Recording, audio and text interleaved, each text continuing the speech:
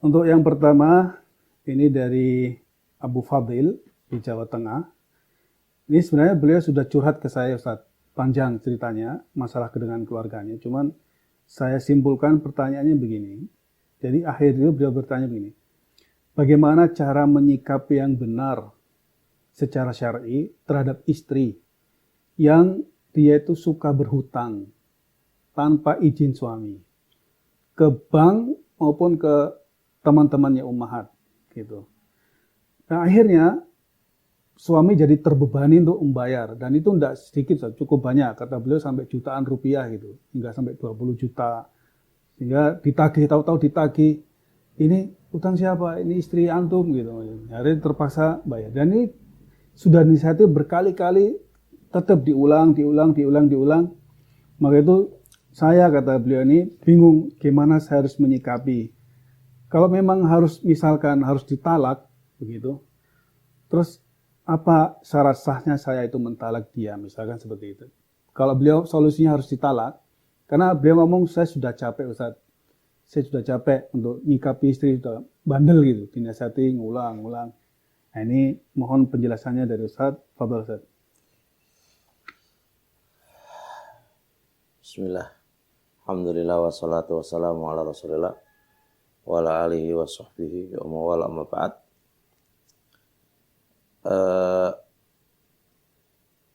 Jawaban pertama adalah saya pikir banyaknya hutang istri itu dia adalah sebab. Sebab pasti ada musabab. Berarti yang kita cari adalah benang merahnya, musababnya apa. Ini yang tahu adalah suaminya, musababnya apa. Bisa jadi musababnya karena suami kurang dalam memberikan nafkah. Karena kurang, maka dia harus hutang.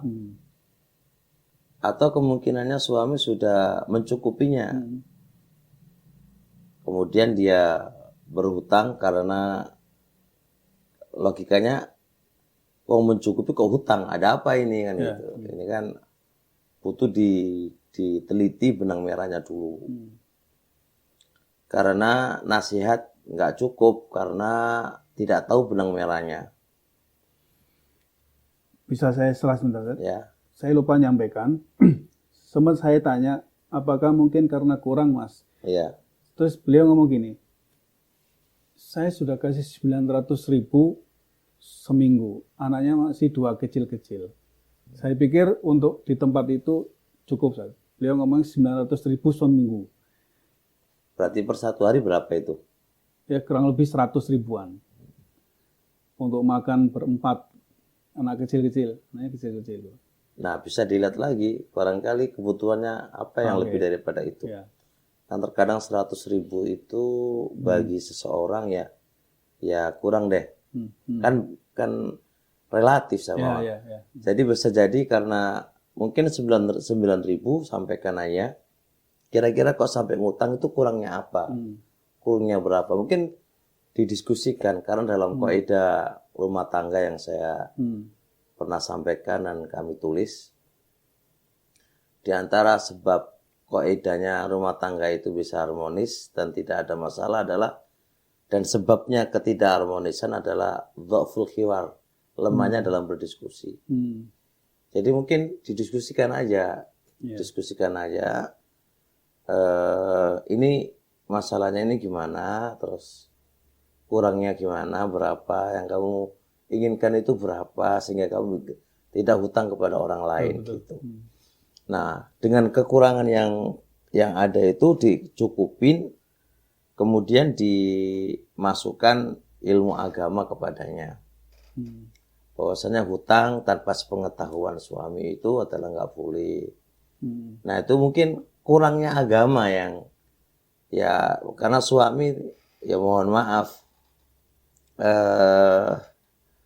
kewajiban yang harus diberikan kepada istrinya adalah kan taklim, mengajarin mereka. Nah, kadang-kadang suami jarang mengajarin istri terkait dengan pendidikan itu semuanya, sehingga Ya nasihat apa yang mau diberikan, wong taksil pemahamannya belum ada. Jadi bagi saya jangan dulu ditalak lah. Talak itu langka. Kalau memang udah buntu setelah musababnya diteliti semuanya, kemudian tidak bisa, maka baru ada pertalakan. Saya khawatir bukan di istri tapi di suami yang kurang maksimal dalam mendidik istri dan kurang maksimal dalam mendidik istri dan mengarahkan kepada istri. Itu bisa jadi begitu. Bisa jadi juga dari si istrinya. Dia emang doyan duit gitu kan, dan doyan hutang. Bisa jadi karena itu kan. Nah, kalau memang hutangnya tanpa ada sepengetahuan dengan suami, ini sudah istri yang tidak baik lah. Wong berhutang kok tidak izin dengan suaminya. Dan bagi saya sih hal itu aneh, dan saya ada unsur kecurigaan itu. Ada apa di balik itu? Jangan-jangan ada hal-hal yang maksiat yang dia lakukan. Nah, ini butuh diselidiki semuanya, kemudian baru dari kedua belah pihak baru ada keputusan. Kalau nggak bisa, ya mau apa lagi? Itu sudah bisa menjadikan dia mentalaknya karena tidak patuh kepada sang suami. Itu udah bisa. Dia menceraikan udah bisa itu karena dia nggak patuh kepada suaminya. Jadi mentalak istri itu ada 5 hukum. Ada wajib, ada makruh, ada haram, ada mubah, ada sunnah. Nah, kasus ini saya lihat di pelajaran fikih. Kapan dikatakan wajib mentalak? Jikalau istri itu punya pelanggaran syariat yang nggak bisa dibenahi. Dicontohkan mereka nggak sholat, utang riba, itu sudah bisa wajib itu. Kalau nggak bisa dibenahi kan gitu kan. Karena itu sudah pelanggaran syariat, sudah ngerti itu adalah ribawi malah utang. Ini kan sudah pelanggaran syariat kan. Nah, kalau nggak bisa dibenahi bisa jadi wajib hukum ditalak kan gitu. Jadi itu saja sudah bisa dihukumi untuk mentalak, dan bisa menjadi sunnah kalau memang hutang kepada orang lain gitu ya. Tapi nggak pamitan. Bukan riba loh ya, utang kepada. Ini kan menunjukkan ya tidak patuh lah. Tapi ketidakpatuhan ini ya banyak asbab sih gitu loh. Kalau murni dari wanita itu nggak patuh ya bisa disunahkan dan bisa diwajibkan untuk mentalaknya gitu. Jadi wanita yang ngamalkan seperti ini masuk kategori nusyuz. Ya bisa jadi nusus yang bangkang kepada suaminya. Tapi dengan syarat kalau itu kesalahan murni ke istri gitu loh. Kalau memang sudah baik suaminya kan itu. Jadi kadang-kadang kita tidak bisa memojokkan ke pihak istri tanpa melihat sebab musababnya. Terus diperiksa dulu saja. Ya. Baik, itu insya Allah Abu Fadil semoga bisa memahamkan antum.